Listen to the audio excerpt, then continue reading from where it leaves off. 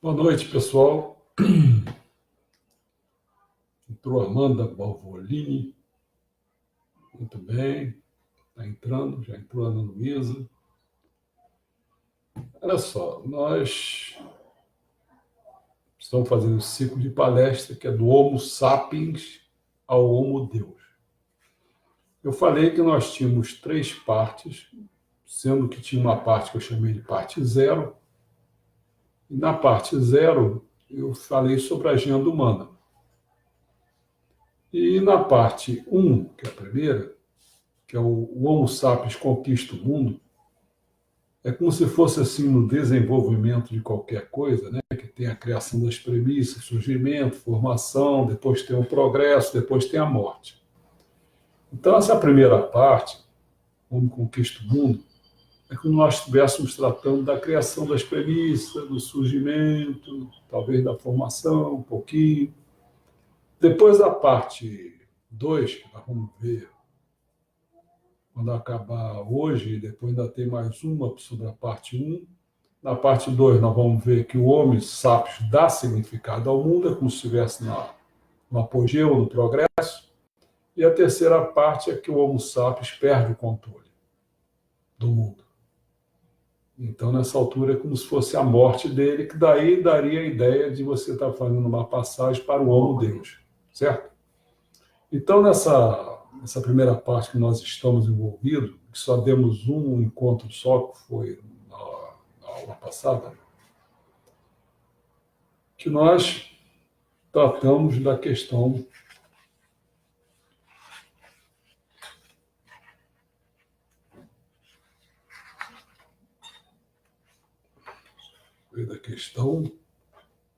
do antropoceno, que nós demos 2 encontros para falar, que era muito grande. Fizemos um e fizemos o 2. Agora nós vamos ver a questão hoje da aparição humana, quando ele surge, né? Chamada epifania, a aparição humana. É o grande progresso dele, que também tem uma outra parte, que nós vamos ver na próxima vez, seria esse Homo sapiens, ele começa a criar narrativas. E até hoje nós estamos envolvidos com essas narrativas, né? Então, vamos fazer hoje sobre a aparição humana. O Homo sapiens aparece, né? Bom, ele tem 6 pontos que nós vamos tratar hoje, mas, como sempre, vamos iniciar. Os pontos vão ser a equação da vida, o chimpanzé autoconsciente, vida longa, a revolução, além de sexo e violência, a rede de significado e o tempo de sonhar. Mas sempre, geralmente a gente consegue fazer sempre uma introduçãozinha. Então, vamos ver uma introdução. Não há dúvida de que o Homo sapiens é a espécie mais poderosa no mundo.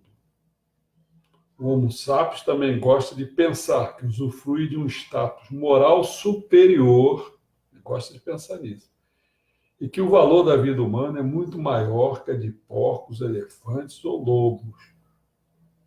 Isso é menos óbvio. Será que poder implica direitos?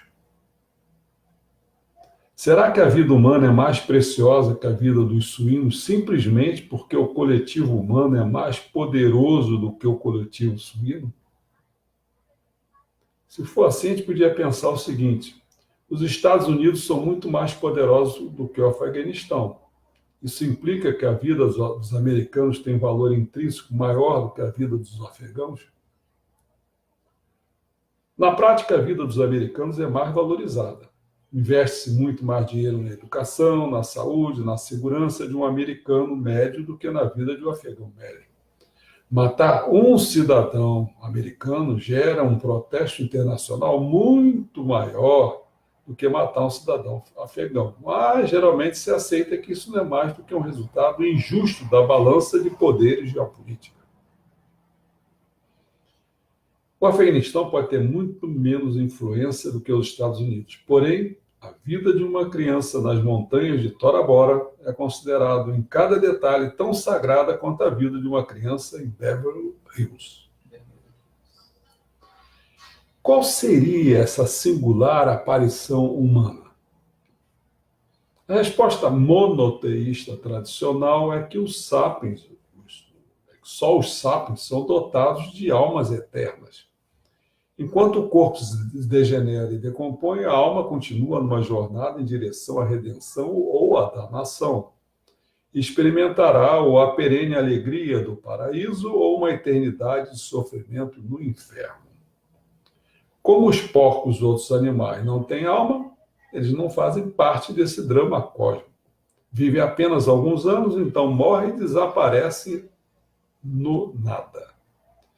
Devemos, portanto, cuidar muito mais de nossas almas humanas eternas do que a de porcos efêmeros.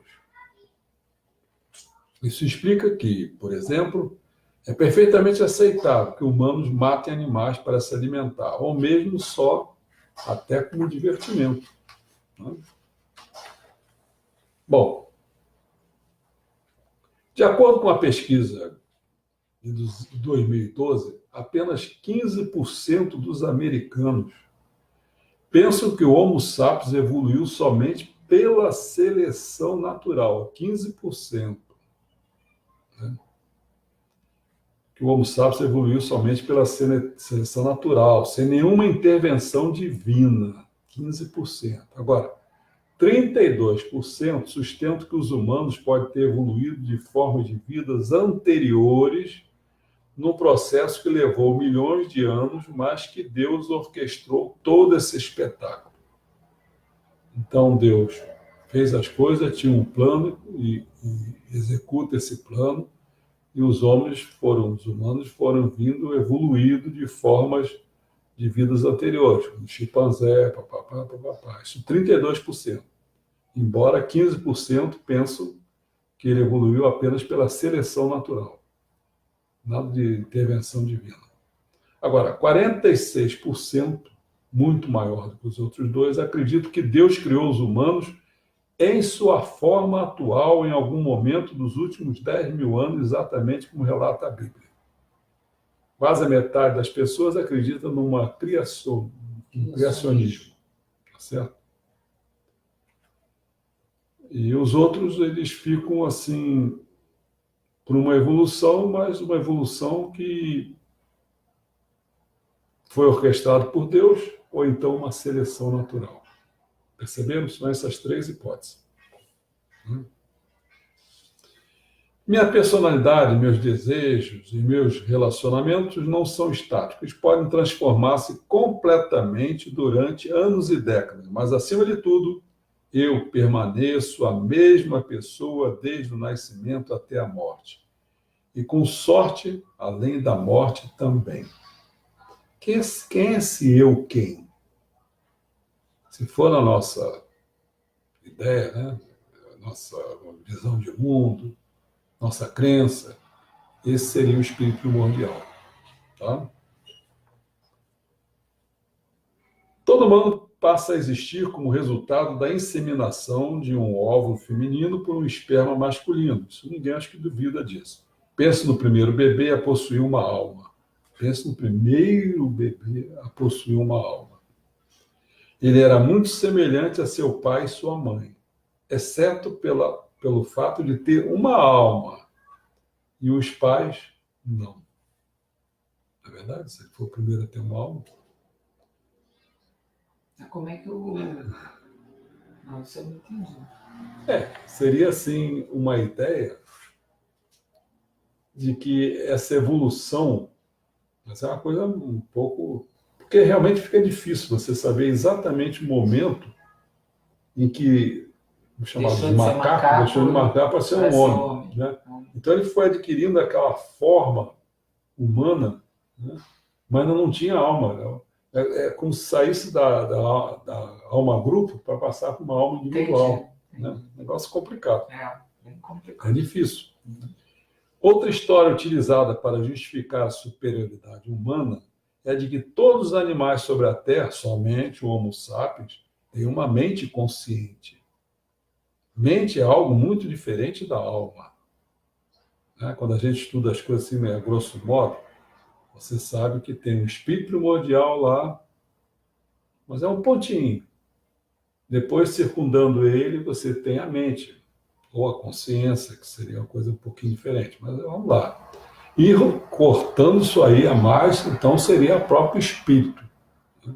Então, espírito, consciencialmente, e o espírito primordial. Bom, a mente é algo muito diferente da alma. A mente não é uma entidade eterna mística, nem é um órgão como o olho ou o cérebro. Sim. Quando refletimos sobre isso, surge por um instante e logo morre. Quando refletimos sobre isso, não raro tentamos distribuir as experiências em categorias distintas, como sensações, emoções e pensamentos. Mas, na realidade, elas estão todas mescladas. Essa coleção frenética de experiências constitui um fluxo de consciência.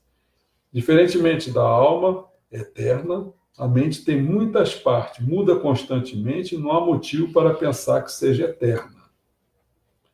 O que são exatamente essas experiências conscientes que constituem o fluxo da mente? Toda experiência subjetiva apresenta duas características fundamentais. Você tem sensação e você tem desejos.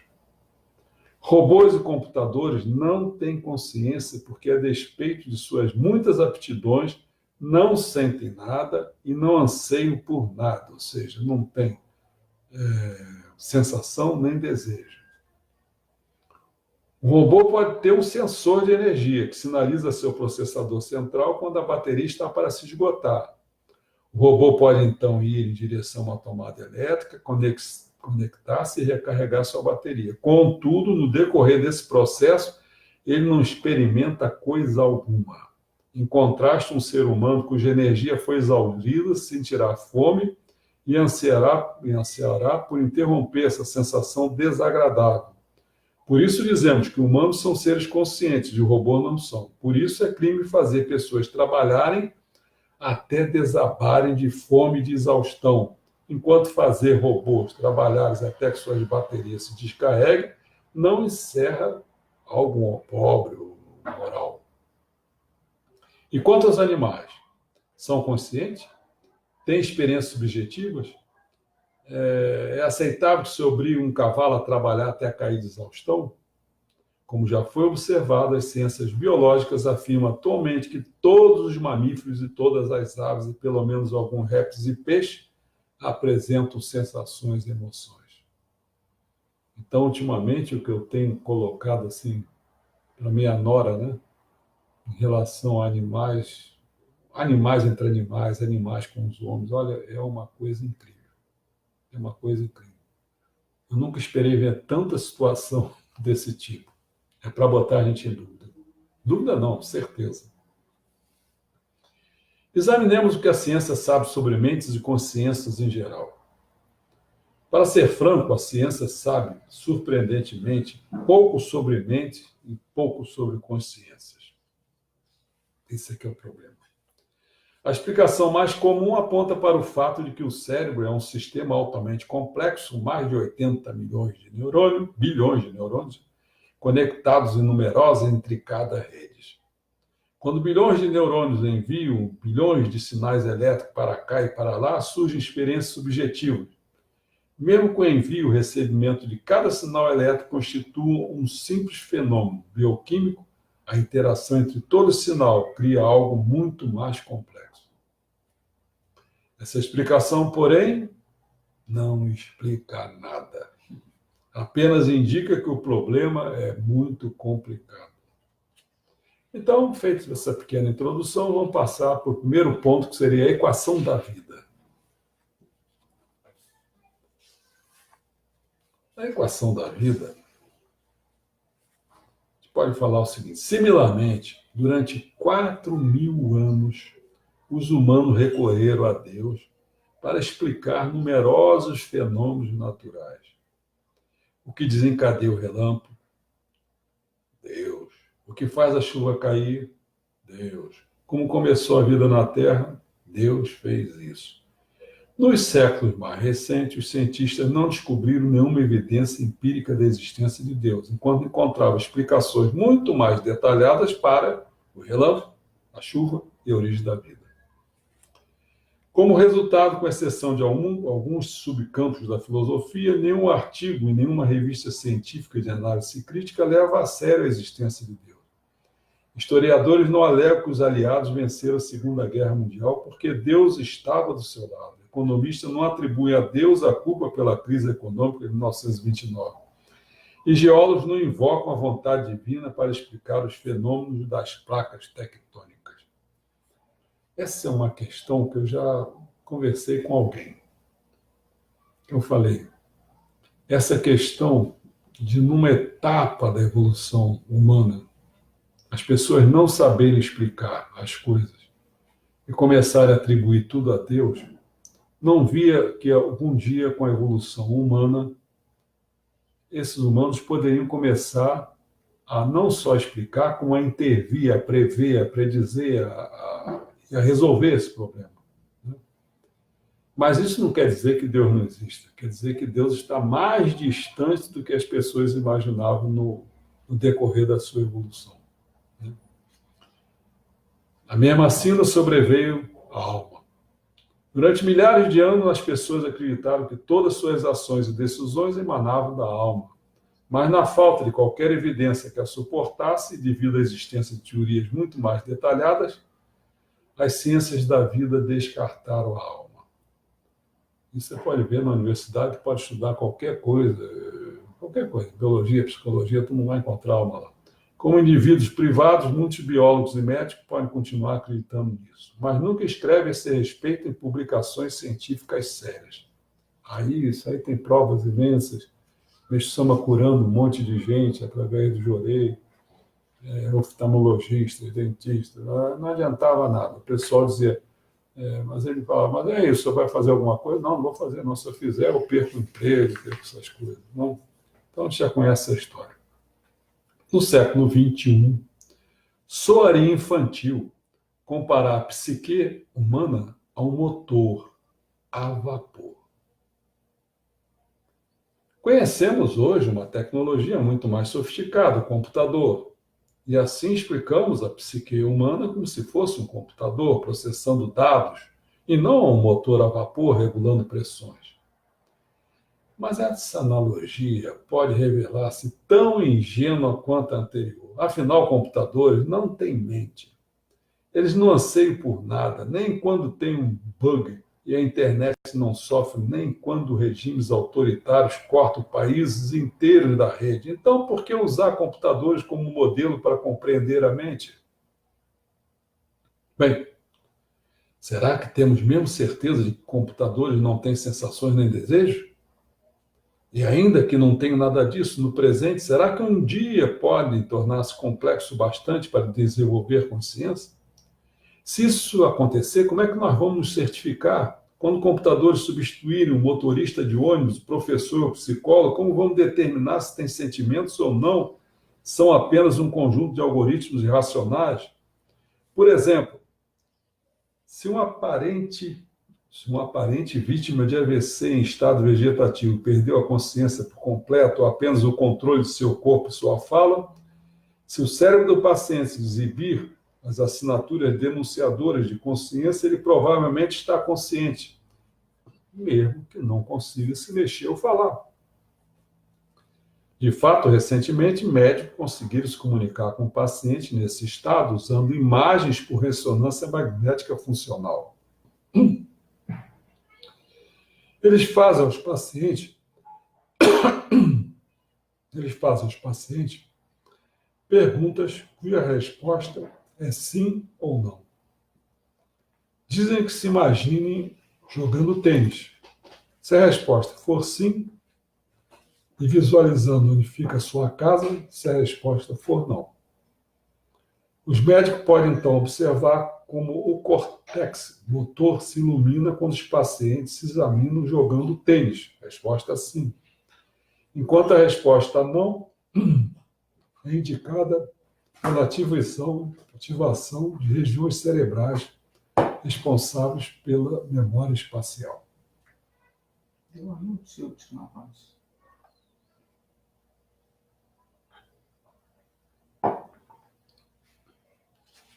Bom,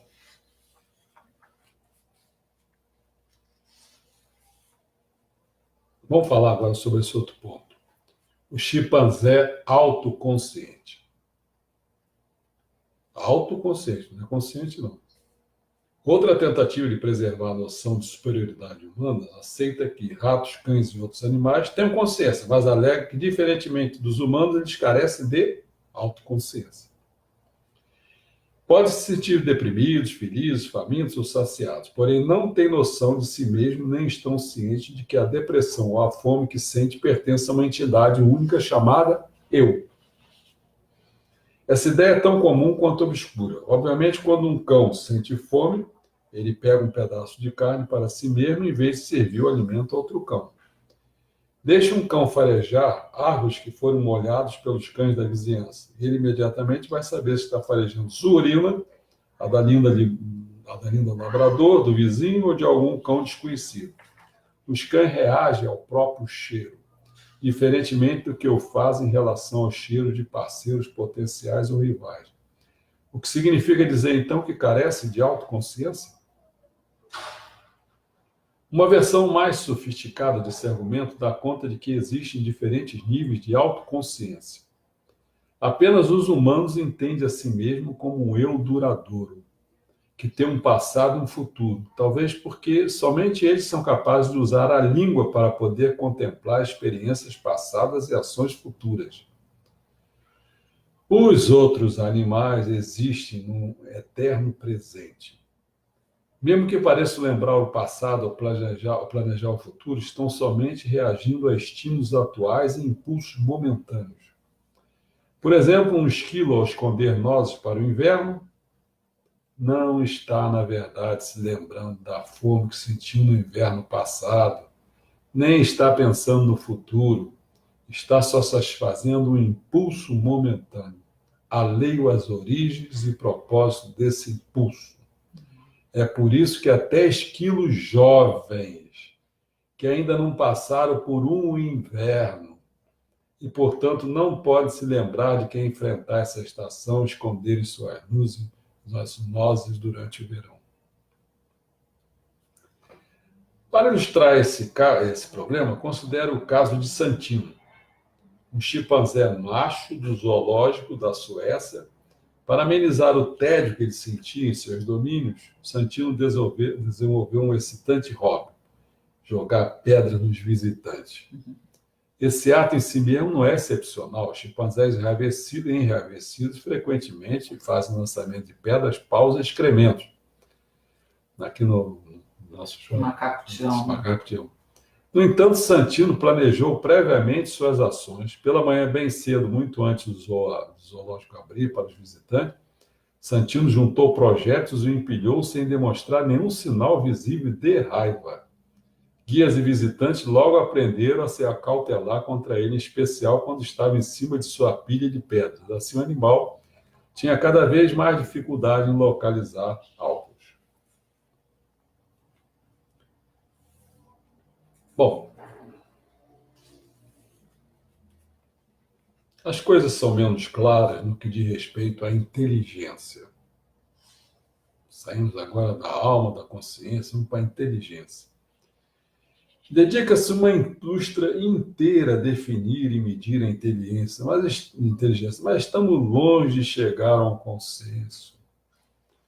Hoje dominamos completamente o planeta, não porque o indivíduo humano seja muito mais esperto e mais ágil do que o indivíduo chimpanzé ou lobo, e sim porque o Homo sapiens é a única espécie na Terra, aí que vem o dado essencial, capaz de uma cooperação flexível. Não é que certos animais não tenham cooperação, mas essa daqui é flexível. Não é aquela dura, rígida. E em grande escala, ainda por cima, cooperação flexível, mas em grande escala. Inteligência e fabricação de ferramentas foram, obviamente, muito importantes E às vezes tem gente que aponta que é isso que é a grande diferença. Não, não é isso. Porém, se os humanos não tivessem aprendido a cooperar com flexibilidade em grande escala, nossos cérebros astutos e nossas mãos ágeis de fazedores de ferramenta, ainda estariam quebrando lasca de pedra e não átomos de urânio. Se cooperação é a chave, como então as formigas e as abelhas não chegaram antes de nós à bomba nuclear? Mesmo tendo aprendido a cooperar em escala maciça milhões de anos antes dos humanos. É porque sua cooperação carece de flexibilidade. Abelhas cooperam de modos muito sofisticados, mas não são capazes de reinventar seu sistema social da noite para o dia. Se uma colmeia depara com uma nova ameaça ou uma nova oportunidade, as abelhas não são capazes, por exemplo, de guilhotinar a rainha e estabelecer uma república, por exemplo. Mamíferos sociais, como elefantes e chimpanzés, cooperam de maneira muito mais flexível do que a abelha. Porém, só o fazem com um número pequeno de amigos e membros da família. Você vê os chimpanzés aí ficam juntos, uma dúzia no máximo, sei lá, um negócio assim. Sua cooperação se baseia em conhecimento pessoal. Se eu sou um chimpanzé e você é um chimpanzé, eu quero cooperar com você. Preciso conhecê-lo pessoalmente. Que tipo de chimpanzé você é? Você é um chimpanzé legal, um chimpanzé malvado? Como posso cooperar com você se não o conheço? Por tudo que sabemos, somente os sapiens são capazes de cooperar de modo muito flexível com um grande número de estranhos. Quem não pediu emprego na hora que foi empregado lá, tinha que cooperar com o quê? Com gente que você nunca conheceu na vida. Essa capacidade concreta, e não uma alma eterna ou algum tipo único de consciência, explica nosso domínio sobre o planeta Terra. Legal? Outro ponto é vida longa revolução. A história provê ampla evidência para a importância crucial de uma cooperação em larga escala. Quase invariavelmente, a vitória vai para aqueles que cooperam melhor, não só nas lutas entre Homo sapiens e outros animais, como também em conflitos entre diferentes grupos humanos. Assim, Roma conquistou a Grécia não porque os romanos tivessem cérebros maiores ou técnicas mais efetivas na fabricação de ferramentas, e sim porque eram capazes de cooperar mais eficazmente. Em meio à história, exércitos disciplinados derrotaram com facilidade hordas desorganizadas, e elites unificadas dominaram massas desordenadas. Para poder montar uma revolução,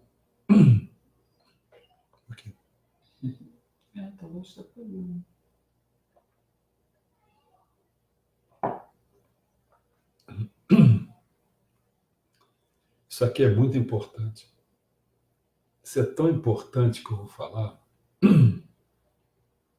que eu aponto que é uma das grandes falhas, em geral, e em particular, no nosso centro cultural paradisíaco. Por que a gente não vai muito para frente? Eu vou explicar aqui. É isso aqui. Olha só. Para poder montar uma revolução, você pensou em fazer a revolução messiânica?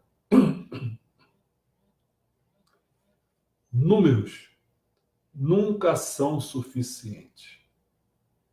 Olha, números nunca são suficientes.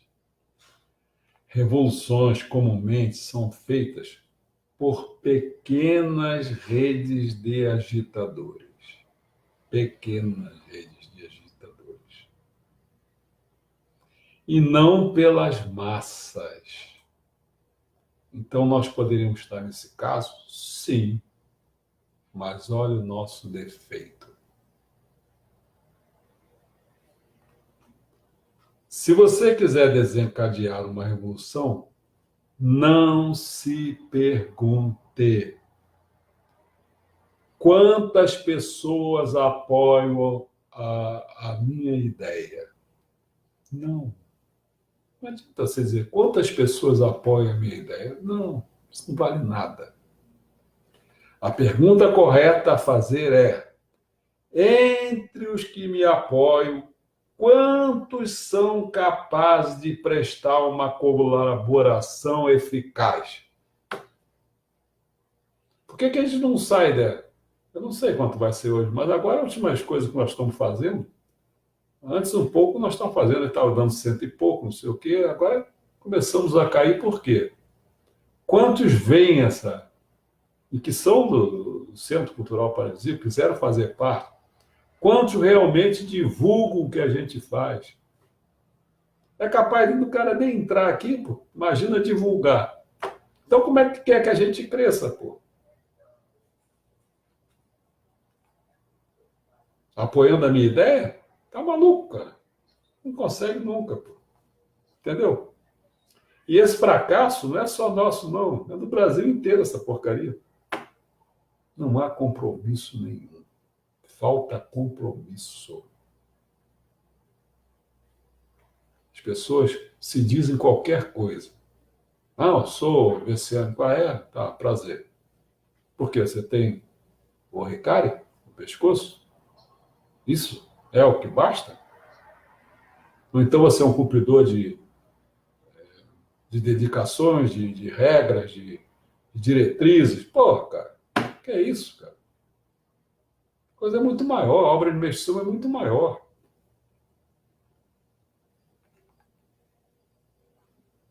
Em 21 de dezembro de 1989, já contei isso aqui até para o João Mileno, que aquele ditador comunista da Romênia organizou uma demonstração gigantesca de apoio no centro de Bucareste. Quem quiser, bota isso lá, vai no clipe lá do YouTube, você vai ver isso. Mostra o ditador começando outra longa sentença dizendo: quero agradecer aos que tiveram a iniciativa, aos organizadores desse grande evento em Bucareste, considerando um... Mas a cara dele fica assim. Sabe por quê? Ele fica em silêncio, os olhos arregalados, congelados em sua estupefação.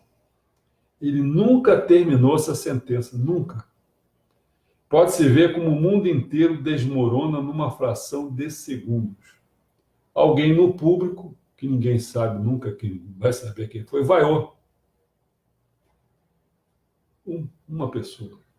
Hoje ainda se pergunta quem foi a primeira pessoa que usou o vaiar. Ousou, porque aquilo ali era ditadura. Depois uma segunda pessoa vaiou, mais uma. Em poucos segundos as massas estavam assoviando, gritando insultos, chamando vai para fora, para. Foi assim que ele foi derrubado. Por uma vaia. Começou tudo. Já pensou?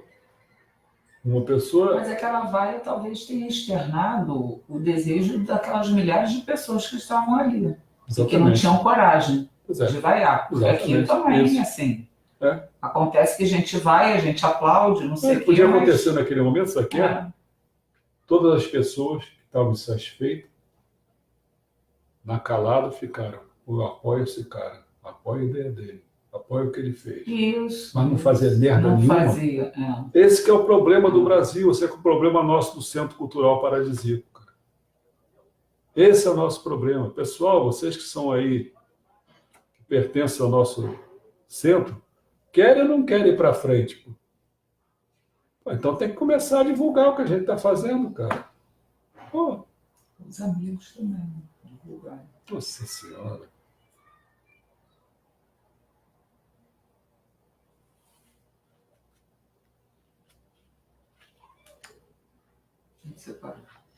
É fogo. Bom, vamos para outro ponto. Além de sexo e violência,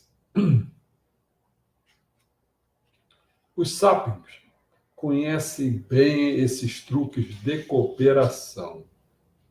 Eles, às vezes, formam hierarquias de poder semelhantes às dos chimpanzés comuns, enquanto, em outras ocasiões, consolidam ligações sociais por meio do sexo, assim como os bonobos.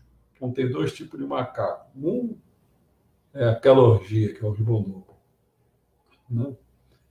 Mas o conhecimento pessoal envolvendo tanto a luta quanto a cópula não pode se constituir na base de uma cooperação em larga escala. Não se pode resolver a crise de endividamento, por exemplo, da Grécia, convidando políticos gregos e banqueiros alemães para uma briga de socos ou para uma orgia. Pesquisas indicam que os sapiens não são capazes de ter relações íntimas, sejam hostis ou amorosas, com mais de 150 indivíduos. O nosso Face, né? Tem 5.000 pessoas. Não, no Facebook tem 5.000 pessoas. Bateu o recorde. Quer dizer, bateu o recorde. Bateu o limite. Tá certo? Eu tenho ligação com mais de 150 pessoas aí, desses 5.000? Tenho, pô. Então, quando a gente fazia um cálculo sempre, a gente ficava ali em torno de 36 melhores amigos e a gente passava por ali, por essa região por aí, né? Bom, em um experimento recente, o primatologista pôs 2 macacos capuchinhos. Isso, meus amigos, tem horas que eu acho que eu adoraria que nós fôssemos esses macacos capuchinhos aqui. Sinceramente, vocês vão ver. Eles botaram esses 2 macacos em 2 jaulas adjacentes, uma para lá, outra para cá, de modo que cada um pudesse ver o que o outro estava fazendo. Então, eles puseram as pequenas pedras em cada jaula e treinaram os macacos a lhes darem essas pedras. O macaco tinha que dar as pedras para ele. Toda vez que um macaco entregava uma pedra, recebia comida em troca. No começo, a recompensa era um pedaço de pepino. E os 2 macacos gostaram muito e comeram os pepinos com satisfação. Era entregar uma pedrinha e ganhar um pepino. Depois de algumas rodadas, passou a fase seguinte. Quando o primeiro macaco cedeu uma pedra, caiu uma uva. Uvas são muito mais saborosas para o macaco do que os pepinos. No entanto, quando o segundo macaco deu uma pedra, recebeu uma fatia de pepino, esse macaco, até então muito feliz com seu pepino, ficou enfurecido, pegou por um instante, olhou incrédulo para ele, depois jogou com raiva nos cientistas e começou a saltar, a guinchar ruidosamente. Ele não era nenhum otário. Nossa, os homo sapiens, na sua maioria, são todos uns bundões. Entendeu? Ver. Cara, você também não precisa ficar do lado, pô. Mas você sabe a situação dos políticos com a reforma da Previdência, cara. Você sabe dos militares com a reforma da Previdência. Quem vai pagar essa conta, tudo indica que somos nós. Então, nós somos uns otários. Entendeu? Não somos capazes de dar um guincho que nem o macaco. Nem um guichinho. Esse hilariante experimento que você pode ver no YouTube, pode ver. Assim como o jogo do Ultimato, gerou a crença de que os primatas possuem uma moralidade natural e que a igualdade é um valor universal e atemporal. As pessoas são igualitárias por natureza. Em sociedades em que prevalece a desigualdade, que é o nosso caso, não podem funcionar bem devido ao ressentimento e à insatisfação, que é o nosso caso. Mas as coisas são realmente assim? Essas teorias podem funcionar com chimpanzés, macacos capuchinhos e pequenos bandos de caçadores-coletores. Também funcionam bem no laboratório, onde são testados em pequenos grupos de pessoas. Entretanto, quando se observa o comportamento de massas humanas, revela-se uma realidade completamente diferente. historicamente. A maior parte dos reinos e impérios humanos foi extremamente desigual.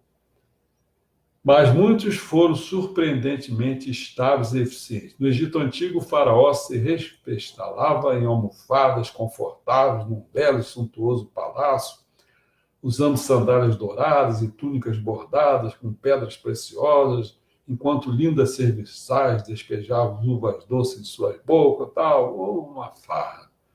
Pela janela aberta, ele podia ver os camponeses labutando lá, trabalhando que não desgraçado nos campos, seus andrajos sujos, sob um sol impiedoso, e feliz seria o camponês que tivesse um pepino para comer ao fim do dia, mas raramente eles se revoltavam.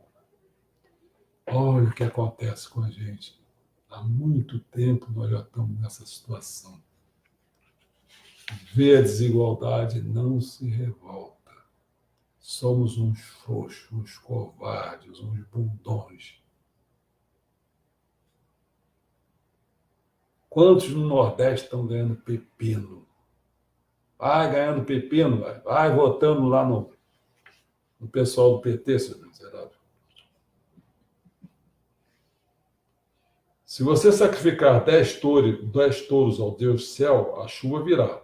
Se você honrar seus pais, irá para o céu. Se não acreditar no que eu estou lhe dizendo, irá para o inferno.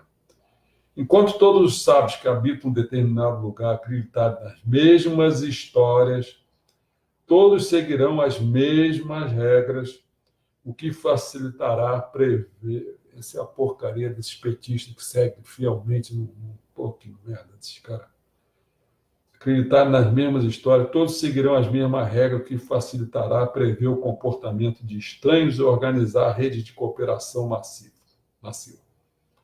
Sapiens usa com frequência as marcas visuais, como um turbante, por exemplo. Quem já não viu um cara usar um turbante? Uma mulher usar uma burca? Uma barba, quem sabe, né? E aí é um terrorista, um revolucionário. Ou um terno formal também pode ser, pô, aquele cara, terno caro para cacete, então esse cara pertence lá à elite. Eles fazem isso para sinalizar. Então, é como se estivesse dizendo assim, pode confiar em mim, acredito na mesma história que você acredita. Nossos primos chimpanzés não são capazes de inventar e disseminar tais histórias. Isso é historinha para eles. E é por isso que não consegue cooperar em grande escala. Então você coopera, entre outras coisas, e infelizmente é nas mentiras. Entendeu? É muito difícil você cooperar no altruísmo. Você coopera, todo mundo está ali por causa do dinheiro, não sei o quê. Então coopera com aquele negócio, faz tudo errado. Um outro ponto, a rede de significado. Pessoas têm dificuldades em entender a ideia de ordens imaginadas, porque presume que há somente 2 tipos de realidade. A realidade objetiva e a realidade subjetiva. Não conhece a realidade intersubjetiva. Realidade objetiva, a gravidade, por exemplo, existia muito antes de Newton. E afeta pessoas que não acreditam nela, tanto aquelas que acreditam ou que não acreditam, não interessa. A realidade subjetiva a gente conhece, depende das minhas crenças, sentimentos pessoais, papapá. Assim, suponha que eu sinto uma forte dor de cabeça e vá ao médico. O profissional me examina meticulosamente, mas não acha nada de errado. Então solicita exame de sangue, de urina, teste de DNA, eletrocardiograma, ressonância magnética, funcional, para uma série de outros procedimentos. É coisa de médico, né? Quando chegam os resultados, ele anuncia que estou perfeitamente saudável e que posso ir para casa. No entanto, ainda sinto uma forte dor de cabeça. Embora exames muito objetivos não tenham detectado nada de errado comigo, apesar do fato de que ninguém, a não ser eu, sente a dor, para mim ela é real. A maioria das pessoas presume que a realidade ou é objetiva ou é subjetiva, e que não existe uma terceira opção. Daí que uma vez afeitas à ideia de que algo não é apenas um sentimento subjetivo, chegam à conclusão de que ele tem que ser subjetivo, objetivo, aliás. Se muitas pessoas acreditam em Deus, se o dinheiro faz o mundo girar, se o nacionalismo desencadeia guerras e constrói impérios, então isso não é apenas uma crença subjetiva. Deus, o dinheiro, as nações devem ser realidades objetivas. Contudo, existe um terceiro nível de realidade, um nível intersubjetivo. As entidades intersubjetivas dependem da comunicação entre humanos e não das crenças e dos sentimentos de humanos individualmente. Muitos dos mais importantes agentes da história são intersubjetivos. O dinheiro, por exemplo, não tem valor objetivo. Não se pode comer, beber ou vestir uma nota de $1. Porém, como bilhões de pessoas acreditam que ele tem valor, pode-se usá-lo para comprar alimentos, bebidas e roupas. Se o padeiro perder subitamente sua fé na nota de $1 e se recusar a me dar um pão em troca desse pedaço de papel verde, isso não tem muita importância. Basta atravessar alguns quarteirões e ir até o supermercado mais próximo. No entanto, se os caixas no supermercado também se recusarem a aceitar esse pedaço de papel, assim como os feirantes, os vendedores no centro comercial, então o dólar terá perdido seu valor. Os pedaços de papel verde continuarão a existir, é claro, mas sem nenhum valor. Já se tentaram fazer isso com os bitcoins. Né? Isso efetivamente acontece de tempos em tempos. Em 3 de novembro de 1985, o governo de Myanmar anunciou inesperadamente que notas de 25, 50 e 100 quiates não tinham mais lastro legal. Olha só, o governo decretou que não. Não foi dada a ninguém a oportunidade de trocar essas notas. Apareceu o negócio do Collor. Não lembra? Não, o Collor prendeu a poupança. Prendeu a poupança. Não. Mas é assim, uma maneira de fazer uma... Então, as economias de uma vida inteira foram instantaneamente transformadas em pilhas de papel sem valor. Para substituir as notas defuntas, o governo emitiu nota de 75 quiates, alegadamente em homenagem aos 75 aniversário do ditador de Myanmar, o general Ne Win. Em agosto de 1986, foram introduzidas notas de 15 e de 35 quiates. Houve rumores de que o ditador, que alimentava forte crença na numerologia, acreditava que 15 e 35 era o número da sorte. Eles trouxeram pouca sorte aos seus portadores. Isso sim, 5 de dezembro de setembro de 1987, o governo subitamente decretou que todas as notas de 35 e 75 quiates não eram mais consideradas dinheiro. Olha que bagunça. Nossa. O valor da moeda não é a única coisa que pode evaporar quando as pessoas deixam de acreditar nela. O mesmo pode acontecer com leis, deuses e até impérios inteiros. Esse negócio do PT foi assim, né? Deixaram de acreditar nele. Durou 20 e poucos anos, essa porcaria. Quer dizer, de crença, né? De governo foi menos, graças a Deus. Em determinado momento, eles estão ocupados moldando o mundo. No momento seguinte, não existe mais Zeus e Hera. Foram poderosos na bacia do Mediterrâneo, mas hoje não tem autoridade alguma, porque ninguém mais acredita neles. Houve um tempo que a União Soviética poderia destruir toda a raça humana, mas ela deixou de existir num golpe de caneta. Isso foi muito gozado. Às 2 da tarde do dia 8 de dezembro de 1991, numa dacha oficial perto de Visculi, os líderes da Rússia, Ucrânia e Belarus assinaram o Pacto de Belaveja, em que declaravam: nós, a República de Belarus, a Federação Russa e a Ucrânia, na qualidade de Estados fundadores da União Soviética, que assinaram o Tratado da União em 1992, estabelecemos, por meio deste, que é a União Soviética, como sujeito da lei internacional e como realidade geopolítica, deixa de existir. E assim foi. Não havia mais a União Soviética. É relativamente fácil aceitar que o dinheiro é uma realidade intersubjetiva. Geralmente as pessoas também se comprazem em saber que os antigos deuses gregos, impérios malignos, valores de culturas estrangeiras só existem em nossa imaginação. Mas ainda não queremos aceitar que o nosso Deus, nossa nação, nossos valores são apenas ficção, porque é isso que dá sentido à nossa vida.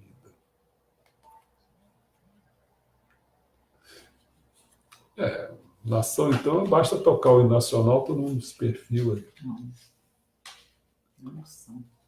Em 1187, Saladino derrotou os cruzados na Batalha de Ratim e conquistou Jerusalém. Em resposta, o Papa deu início à Terceira Cruzada com o propósito de recapturar a cidade sagrada. Imagine você, um jovem nobre inglês chamado John, que deixou sua casa para combater Saladino. John acreditava que suas ações tinham um significado objetivo. Acreditava que se morresse na cruzada após a morte, sua alma ascenderia ao céu, onde iria usufruir de eterna felicidade celestial. Ele ficaria horrorizado se viesse a saber que a alma e o céu eram apenas histórias inventadas pelos homens. John acreditava de todo o coração que se chegasse à Terra Santa e algum combatente muçulmano com um grande bigode desferisse um golpe de machado em sua cabeça, sentiria uma dor insuportável, um som agudo nas orelhas, suas pernas ruindo, sua vista escurecendo. E no instante seguinte, veria uma luz brilhante à sua volta. Ouviria vozes evangélicas, angelicais e harpas melodiosas e radiantes querubins alados lhe acenarem um de outro lado de um magnífico portão dourado. Infiéis e terra santa. Essas palavras não têm nenhum significado para a maioria das pessoas na Inglaterra atual. Até o vigário pensa que o adolescente está surtando, como resultado de algum episódio psicótico. Em contrapartida, se um jovem inglês decidisse juntar-se à Anistia Internacional e viajar para a Síria para proteger os direitos humanos dos refugiados, será considerado um herói. Na Idade Média, as pessoas pensariam que ele havia enlouquecido. Ninguém na Inglaterra do século XII sabia o que eram direitos humanos. Você quer ir para o Oriente Médio arriscar sua vida não para matar muçulmanos, mas para proteger um grupo de muçulmanos de outro grupo de muçulmanos. Você deve estar louco. É assim que a história se desenrola. Pessoas tecem uma rede de significados, acreditam nela piamente, porém mais cedo ou mais tarde a teia se desfaz. E quando olhamos para trás, não conseguimos compreender como alguém a levou a sério. Em retrospecto, sair numa cruzada com a esperança de alcançar o paraíso sonha com uma completa loucura. Em retrospecto, a Guerra Fria parece ser ainda mais insana. Como é que 30 anos alguém pôde querer arriscar um holocausto nuclear em razão de sua crença num paraíso comunista? Daqui a 100 anos, nossa crença na democracia e nos direitos humanos pode igualmente parecer incompreensível para os nossos descendentes humanos. Finalmente, vamos para o último ponto. Tempo de sonhar. Os sapiens governam o mundo. Porque somente eles são capazes de tecer uma teia intersubjetiva de significado. Uma teia de leis, de forças, de entidades, de lugares, que existe unicamente em nossa imaginação comum. Essa teia permite apenas aos humanos organizar cruzadas, revoluções socialistas e movimentos de direitos humanos. Outros animais também podem imaginar diversas coisas. Um gato esperando para emboscar um rato. Pode não estar vendo o rato, mas pode imaginar muito bem a forma até o gosto da sua presa. Mas, pelo que sabemos, gatos são capazes de imaginar só coisas que realmente existem, como o camundongo. Não são capazes de imaginar o que nunca viram ou farejaram ou degustaram, como um dólar americano, a corporação Google ou a União Europeia. Somente os humanos são capazes de imaginar tais quimeras. Está ficando claro isso? Consequentemente, enquanto os gatos e outros animais estão confinados ao reino objetivo e usam seu sistema de comunicação apenas para descrever a realidade, os sápios usam a língua para criar realidades completamente novas. Durante os últimos 70 mil anos, as realidades intersubjetivas inventadas pelos sápios ficaram ainda mais poderosas, de modo que hoje elas dominam o mundo. Será que os chimpanzés, os elefantes, a floresta amazônica e as geleiras do Ártico vão sobreviver ao século XXI? Isso depende da vontade das decisões de entidades intersubjetivas como a União Europeia e o Banco Mundial, as quais só existem em nossas imaginações compartilhadas. Nenhum outro animal pode nos confrontar, não porque lhes falte uma alma ou uma mente, mas porque lhes falta a imaginação necessária. Leões são capazes de correr, saltar, agarrar e morder, mas não são capazes de abrir uma conta num banco ou de processar alguém. E no século XXI, um banqueiro que saiba mover uma ação judicial é muito mais poderoso do que o mais feroz dos leões da savana. A Coreia do Norte e a Coreia do Sul são tão diferentes uma da outra, não porque as pessoas em Pyongyang tenham genes diferentes daquelas provenientes de Seul, ou porque o norte seja mais frio e mais montanhoso, é porque o norte é dominado por ficções muito diferentes. Ficções. É porque um acredita no comunismo, né? E o outro não. Então, as ficções humanas são traduzidas em códigos genéticos e eletrônicos. A realidade intersubjetiva vai engolir a realidade objetiva e a biologia vai se fundir com a história. Portanto, no século XXI, a ficção se tornará a força mais poderosa na Terra, superando os asteroides e a seleção natural. Daí que, se quisermos entender nosso futuro, decodificar genomas e triturar números dificilmente será suficiente. Temos de decifrar também as ficções que dão significado ao mundo. Essa é a nossa questão. Eu não conhecia essa palavra assim, ficções humanas, essa expressão. Ah, sim, porque os animais não têm ficção. Quer dizer, teoricamente não precisava nem se usar a palavra ficção humana, né? A ficção é um conjunto de... Ah, sim, é de engano, não é bem de engano a palavra. Ficção é uma coisa que não é real, uma coisa... Não, isso sim, mas isso eu sei. A palavra ficção eu conheço, mas assim, eu nunca tinha ouvido, sei lá, ficções humanas, entendeu? Essa expressão. Que nós vamos entrar agora no próximo ponto, são as narrativas, né? E as narrativas você vai ver. Tem muitos que são apenas ficções mesmo, são narrativas ficcionais. Eu já tinha ouvido a palavra ficção assim, isolada, nunca atrelada com a palavra humana, entendeu? Assim, é uma questão de realçar, né? Porque realmente, ficção com animal, o animal fica imaginando uma coisa que não é real, não sei o que. Só vive no presente. Reforçar, né? Reforço.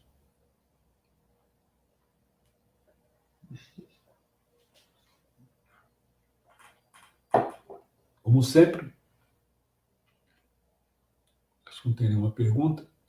Da última vez, o João acabou colocando uma pergunta depois, quando a gente já tinha desligado, porque a pessoa leva o tempo para digitar. A pergunta dele foi longa. Eu vi depois no meu celular, mas não sei se você viu no... Não, respondi. Respondeu? Respondi acho que foi depois. Ele escreveu... Ele escreveu longamente. Eu perdi uma e eu dei... aproveitei que eu vi, porque eu não tinha visto. Perdeu tudo. Bom, se ninguém tem nada a perguntar... Eu espero mais um pouquinho. 19h59, estamos com 59, vai dar uma hora. Daqui a pouco dá uma hora. Um minuto. Tudo certo? Mas se tivesse, eu já teria colocado. Bom, pessoal, só vou avisar assim que quando, na última reunião que nós tivemos no centro, né, no ano passado, nós tínhamos determinado que eu ia prosseguir na questão de colocar coisas no Facebook. Eu tenho feito isso quase todo dia eu tenho feito, botam até mais de uma vez, né? Se eu tenho feito, está lá armazenando, formação de opinião. Que eu ia fazer transmissões ao vivo, estou fazendo 2, né? uma sobre isso do Homo sapiens ou Homo Deus, e estou fazendo aquelas relativas estou apresentando, né? Estou fazendo as apresentações dessas obras aqui, né? Todas as organizações messiânicas. Estou apresentando os ensinamentos que eu, em vez de trabalhar em cima de 146, eu vi que podia fazer 36 apenas encontros. Então, eu já estou, acho que no 5º encontro, se não me engano, e vou fazer até chegar ao 36. Agora, tinham falado duas coisas. Uma era uma ida ao solo sagrado, que eu estou deixando a coisa para ver se alguém toma alguma iniciativa, se aparece alguma oportunidade. E a outra coisa era a questão de falar sobre o centro comunitário. Eu já fiz isso, já trabalhei sobre isso. Agora, deu 50 páginas, fora a questão que eu pensei assim de trazer, que eu pensei em fazer esse centro comunitário pensando aqui em Teresópolis. Então, eu pensei em 2 grupos que poderiam ter alguma coisinha, tipo assim, da criação das premissas. Está longe de ser um centro comunitário. Criação de premissa. Né?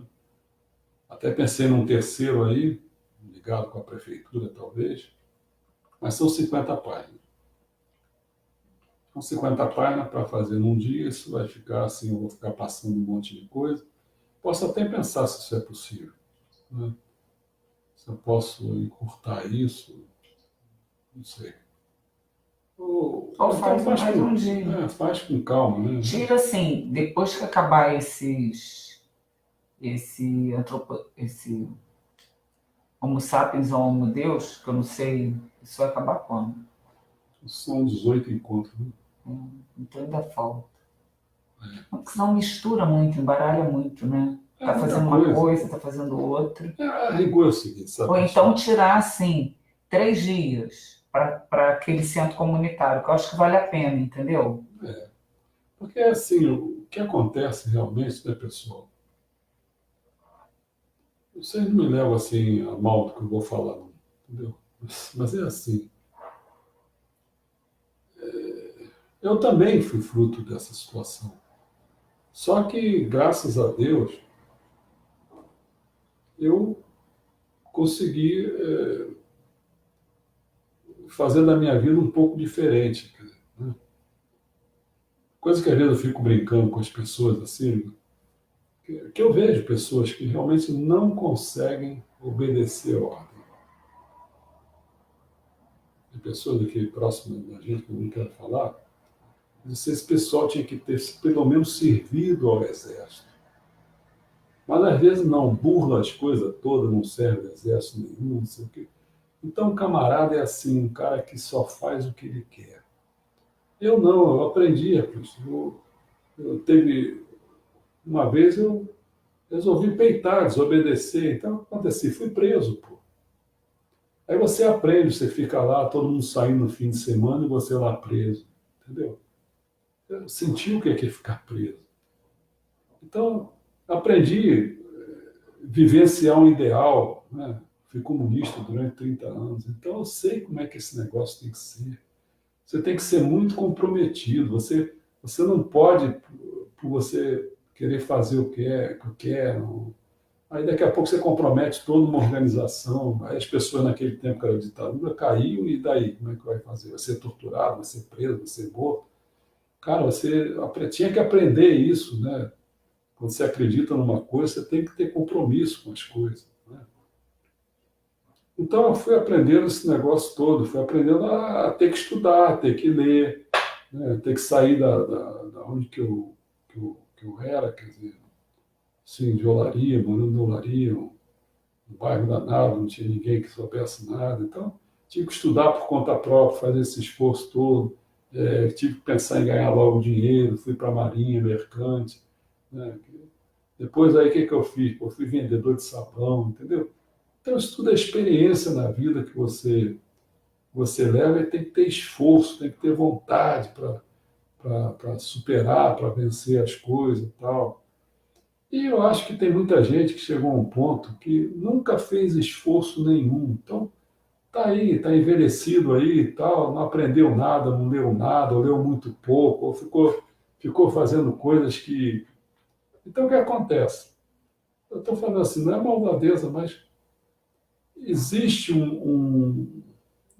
uma grandiosidade. Eu já acho assim que eu estou distante de muita coisa. Eu não conheço muita coisa. Não adianta eu ter doutorados, não sei, não adianta nada disso, porque a coisa que você precisa saber é muito grandiosa. Mas as pessoas que nunca fizeram esse esforço não sabem nem o quanto desconhecem. Então, quando eu começo a falar, a fazer as coisas, eu começo a ver, né, tem muita coisa para saber. Por exemplo, eu sou messiânico. Então, o que é que eu faço? Então, vamos levar a sério. Pô. Já que nós tiramos o Papa, que é o Xussão, o que tem que valer são os ensinamentos. Porque senão, o que vai acontecer? Vai acontecer que a gente vai precisar de um Papa. Daqui a pouco tem um cara lá botando como Papa. Aí vai continuar dando aquela diretriz e tal, e a pessoa vai ficar sempre dependente. Com aquele rigor que tem no Japão, aquela hierarquia vertical, nunca tem cruzamento horizontal, você vai ficar sempre obedecendo ordens. O que você tinha que fazer, nós tínhamos que fazer, é conhecer os ensinamentos do nosso mestre e seguir. É isso que eu estou fazendo hoje para você. Fiz um sacrifício, porque para chegar até essa coisa aqui, que você me atrapalha, para chegar até essa coisa aqui, não foi fácil não, cara. Tive que ralar muito, e eu estou atrás dos originais. Eu sei que eu vou encontrar todo obstáculo, porque as pessoas não querem que a gente tenha o poder. O pessoal não quer o protestantismo na messiânica, entendeu?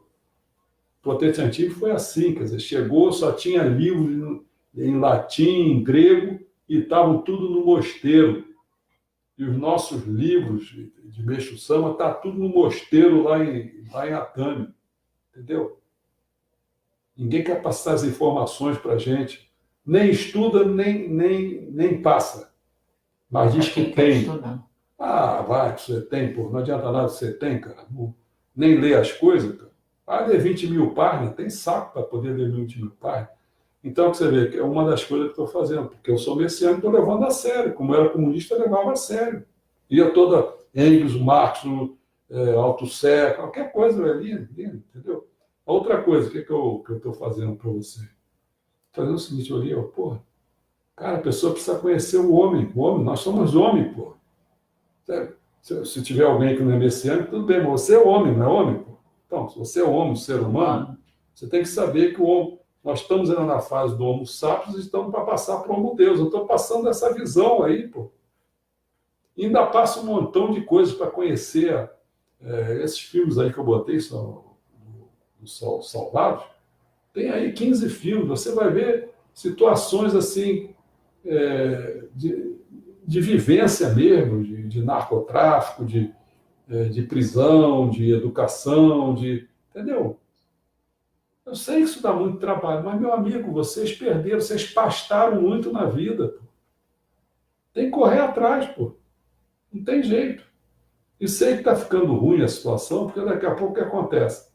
Se você ainda é empregado, se não sei o quê, pode acontecer isso tudo que eu tenho alertado aí. Olha aí, abre o olho, porque está havendo a parte de inteligência artificial, robô, não sei o quê, daqui a pouco tu precisa sem emprego. E as pessoas nem botam uma renda básica universal. E a gente ainda fica pagando dívida e a Previdência, que é o quente da história, é porra nenhuma, cara. Entendeu?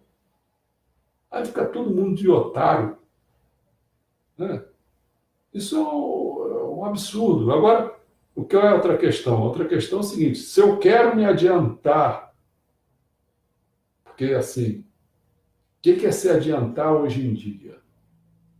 É claro que nós já temos uma religião, tá lá, tudo bom, já temos assim precariamente, mas temos lá a nossa parte da agricultura com a Core, né? Temos lá os nossos sanguetes lá, com a questão de tentando levar o Belo, mas também é só o sanguete, o Belo é uma multidão de coisas e, para ter aquilo ali, e temos de Oreia, né? As casas de Oreia, esse negócio todo, tudo bem.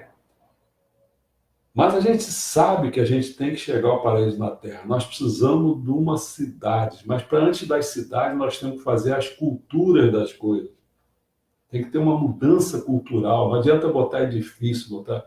E aí, para decidir essas coisas todas, aí é que tem que ter o centro comunitário, entendeu?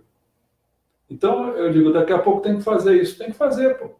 Mas dá 50 páginas. Eu não posso ficar falando para vocês, olha, eu vou falar sobre centro cultural. Centro comunitário.